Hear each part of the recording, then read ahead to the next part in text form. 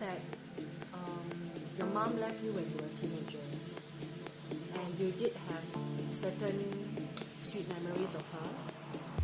And now that you are also a daughter of your dad, who just had a heart attack, I believe that brought you closer. Yeah. My mom left me when I actually have the ability to provide financially for her. I feel a tinge of sadness because as I was walking to the cemetery, I felt like, hey, I'm going to be a banker. I'm going to earn enough money financially to provide a good life for her. But she left us. But that didn't stop me from continuing to be financially capable. I think the motivation is not so much the money itself, but the cause of pursuing it, always doing my best, so that I have enough practical, dollar and cents to support my family, my dad.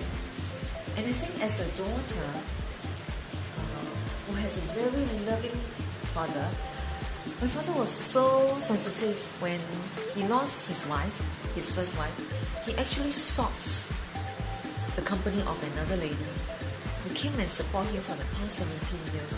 I can't thank this auntie enough because she took care of my dad for the past 17 years. So of late I felt that it's about time, with that financial ability, I could reciprocate and pamper my dad. And I really enjoyed the bonding that I had with him. Initially, I was very troubled when he had his heart attack and a scare for cancer in the lung. But I thought that brought me to be even more appreciative. I value the time I still have. Every extra day I have my dad, I think is a bonus from God. And I really thank God for preserving his life. I never saw that side of me, the weak side of me. I felt like, hey, I couldn't take it. Balancing life with having to take care of my dad, take care of the family and my two boys, and be a good wife, and at the same time a good mentor in school, good lecturer, good entrepreneur, and be faithful to the business partner I have. No, but I think it really came from above. It was God that gave me all this energy. I think by my own effort. Hey, I heard that I you're don't also have that doing kind your of marathon at the end of the year. This is a goal I want to achieve by 3rd of December this year. Maybe I can go backward a little bit.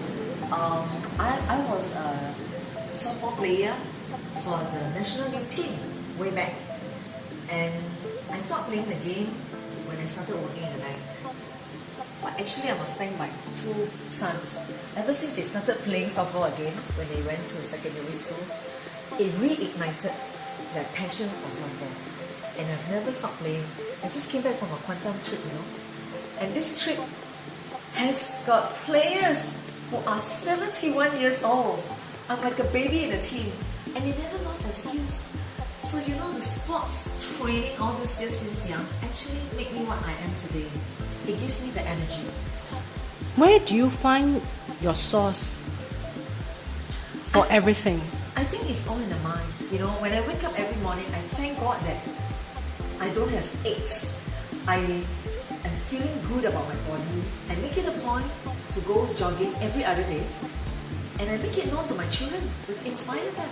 If mom at this age can inspire myself and motivate myself to train my body to be healthy, to be fit, what excuse are there for them not to keep fit? So I think this kind of continual encouragement, being inspired by the peers around me, who are actually even more energetic than me, keeps me going. I understand that you are also a director of at least 2 other businesses that you have.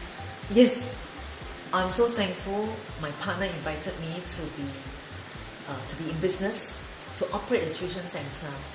You see, my love for education goes beyond just lecturing in a lecture hall. I want Singaporeans, through the community center, can benefit from a cheaper source of tuition. I teach them how to write creative writing, to elevate the standard of English among maybe the slightly lower strata of people, they may not be born rich, but I think they should have access to education. So, And you're also a regional trainer, right? yes, my training goes beyond Singapore. I train in Jakarta, in Malaysia, in China, and I teach them both in English and in Chinese. I think being a millennium woman this day, we have to be bilingual. I speak dialects. So when I go to China, they are always very impressed. How did you speak Hokkien, Cantonese? And when I go to Taiwan, they say, wow, are you a Taiwanese? You speak good Minnan-yu, you know? I say, oh, but I teach Xingrong, Xingji in Mandarin. Because to reach out to people, you have to speak their lingo. That is our tool of communication. When I speak to younger child, I use the lingo, for example, the social media language that they're speaking. And then they feel like, hey, you know, we are connected. So this is what communication is about. And being a millennium woman, I think unlike my mom, who has been such a good, you know, servile and what I call compliant mom, I think these days I not only want to be a compliant wife, I want to be a trendy mom, I want to be in tune with my students. I deal with people of all ages. Finally, what is your secret sauce? I think How do you keep it all together? I think it comes from inside my heart. You know, just as Christ died for me on the cross and reach out for me even though I'm so stubborn. I think what I have always wanted to do is to reach out to people. I am a financial lecturer, but I also want to teach people to manage their financial health and also their physical health. I think sports, alright, the integrity, the willingness to avail myself. I can drop everything, whether it's lecture, playing games, if somebody needs me, whether it's at home or in the hospital. I have, in my course of reaching out to older people, found myself even more blessed than the person I thought I was trying to bless. I recall an incident when a very dear friend whose mother was physically sick. I'm no doctor, but I think I could go there and speak words of comfort.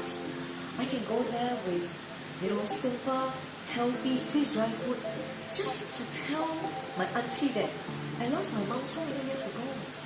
I really treated her like my godmom, a mom that I could leverage my love on, you know, sincerely from the bottom of my heart.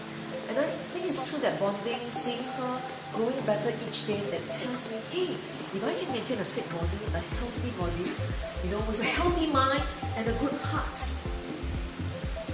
so many people around me will be blessed. And they in turn will bless the people around them. You know, I always reflect about how I teach my students and my participants about leverage. But I find that people, the network I have built in the people are the best leverage. They are the ones who perpetuate my belief in integrity, my belief in keeping myself healthy, keeping myself clean in terms of honesty. Alright? Continuously inspiring the people around us. Send the vibes of positivity, you know, encouraging instead of trying to push somebody down.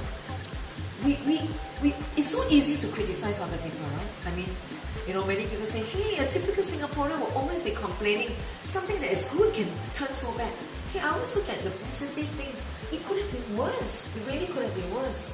So instead of half full, alright, instead of half empty, I should be calling it half full. This is so positive. Is there any final words? Wow, I'm getting a little bit, you know, emotional. I feel this could go on and on, and I don't think I am the one who is really sharing and distributing this love, this realness. It is because of the people around me that makes me who I am. It's because of friends around me, alright, that actually push me to be a better person every day. I wake up every day giving thanks to God that I am so blessed. The love, alright, the joy I